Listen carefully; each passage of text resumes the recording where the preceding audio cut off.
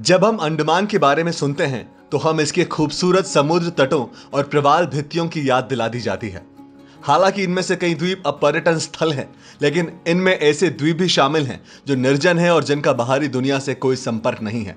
लेकिन अब इन सभी के अलावा भारत इन द्वीपों को एक और रणनीतिक लक्ष्य दे रहा है। वह है हिंद महासागर क्षेत्र में चीनी चाल पर रोक लगाना। इस वीडियो में हम जानेंगे कि दोनों देशों के बीच जियोपॉलिटिकल शतरंज के खेल में अंडमान भारत की सबसे मूल्यवान संपत्ति कैसे बन गया।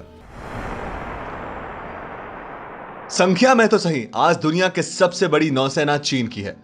2 विमान वाहक और 80 पनडुब्बियों सहित उनके पास 360 युद्धपोत हैं। हमें याद रखना चाहिए कि चीनी युद्धपोतों की संख्या केवल 20 वर्षों में 3 गुना हो गई है।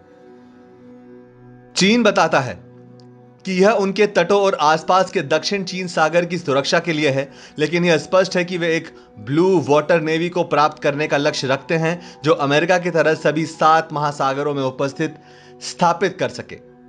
जब 2023 में निर्माणाधीन तीसरे विमान वाहक को चालू किया जाता है तो उसके नेतृत्व में एक नया कैरियर टास्क फोर्स हिंद महासागर क्षेत्र में तैनात किया जाएगा।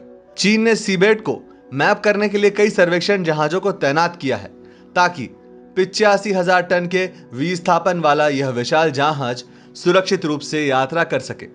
चीन का उद्देश्य न केवल क्षेत्र में प्रभाव स्थापित करना है, बल्कि यहां उपलब्ध प्राकृतिक संसाधनों का अनुचित लाभ उठाना भी है। इसे संभव बनाने के लिए दक्षिण गोलार्ध के उत्तर में कई निर्जन द्वीपों में से एक पर एक सैन्य अड्डा स्थापित किया जा सकता है। हमें यह नहीं भूलना चाहिए कि चीन ने दक्षिण सागर में कृत्रिम द्वीपों का निर्माण किया और उनके प्रभाव को समेकित किया। यदि इस तरह का स्थायी बेस क्षेत्र में बनाया जाता है तो केवल एक या अधिक कैरियर टास्क फोर्स द्वारा हिंद महासागर नियंत्रित किया जा सकता है। इस तरह से संयुक्त राज्य अमेरिका ने 19वीं सदी की अंतिम तिमाही में अपने प्रभाव समेकित किया। इसमें कोई संदेह नहीं है कि पर्ल हार्बर के समान एक और चीनी बेस भारत के लिए एक बड़ी चुनौती होगी। यह न केवल उत्तर में बल्कि दक्षिण में भी हमारी संप्रभुता पर सवाल खड़ा करेगा। इसीलिए इस क्षेत्र पर, जिसे भारत अपना क्षेत्र मानते हैं, चीन की उन पर कब्जा करने की योजना का विरोध किया जाना चाहिए। यहीं पर मलक्का, जल डमरू मध्य और उससे सटे अंडमान और निकोबार द्वीप समूह आते हैं। मलक्का जल डमरू मध्य दक्षिण सागर के हिंद सागर को जोड़ने वाला सबसे छोटा जल मार्ग भी है। हर साल 1 लाख से अधिक कार्गो जहाज इससे गुजरते हैं। दुनिया का लगभग 25% माल इसके माध्यम से कारोबार किया जाता है। इसमें चीन के घरेलू उपभोग का 80% और उनके द्वारा निर्यात किए जाने वाले उत्पादों का एक बड़ा प्रतिशत भी शामिल है। इसलिए यदि भारत का यहां नियंत्रण करता है तो वैश्विक व्यापार के लिए एक महत्वपूर्ण धमनी तक पहुंचने में चीन असमर्थ हो जाएगा। चूंकि मलक्का का पश्चिमी भाग अंडमान और निकोबार द्वीप समूह के दक्षिणी सिरे पर है, इसीलिए भारत को आवश्यकता पड़ने पर इसे नियंत्रित करने में कोई कठिनाई नहीं होगी। जहाज भारत इंडोनेशियाई समुद्री सीमा और 10 डिग्री चैनल से होकर गुजरता है जो भारत का हिस्सा है। क्षेत्र में सैन्य तैनाती के माध्यम से भारत चीनी जहाजों को पीछे हटाने में सक्षम होगा। 2003 में तत्कालीन चीनी राष्ट्रपति हू जितायू ने मलक्का दुविधा के रूप में इसे वर्णित किया था। भारत ने समुद्र पर नियंत्रण में तेजी लाने के अंतिम लक्ष्य के साथ पोर्ट ब्लेयर में स्थित एक ट्राई सर्विस थिएटर कमांड की शुरुआत की है।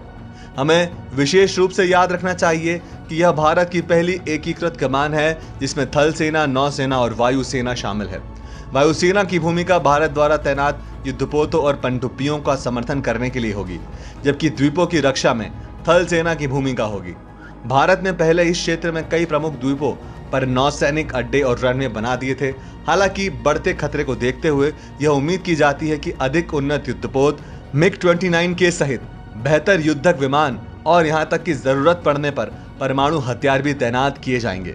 इसके अलावा भारत ने संचार की सुविधा के लिए हाल ही में चेन्नई से अंडमान तक ऑप्टिकल फाइबर केबल बिछाई है। संक्षेप में, न केवल 85,000 टन, भले ही उससे बड़ा विमान वाहक आता है, भारत के अंडमान और निकोबार द्वीप समूह एक अविनाशी प्राकृतिक विमान वाहक हैं जो डूबता नहीं है।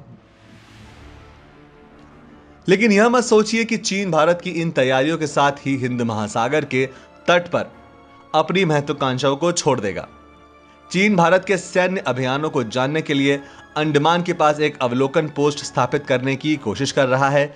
यह उपलब्धि म्यांमार के कोको द्वीप समूह में है। वे सूचनाओं को जानने के लिए छोटी पनडुब्बियों को तैनात करने की भी योजना बनाते हैं। इसका मुकाबला करने के लिए भारत ने जापान की मदद से द्वीपों के आसपास समुद्र के नीचे सेंसर लगाने की योजना बनाई है। चीन ने मलक्का के महत्व को कम करने के लिए योजनाएं भी शुरू कर दी है। इनमें से एक थाई नहर है। थाईलैंड के माध्यम से एक नहर का निर्माण न केवल मलक्का से बच जाएगा, बल्कि कार्गो जहाजों के लिए 1200 किलोमीटर तक की बचत करेगा। लेकिन इस नहर से भी अंडमान और निकोबार द्वीप समूह नहीं बच सकते।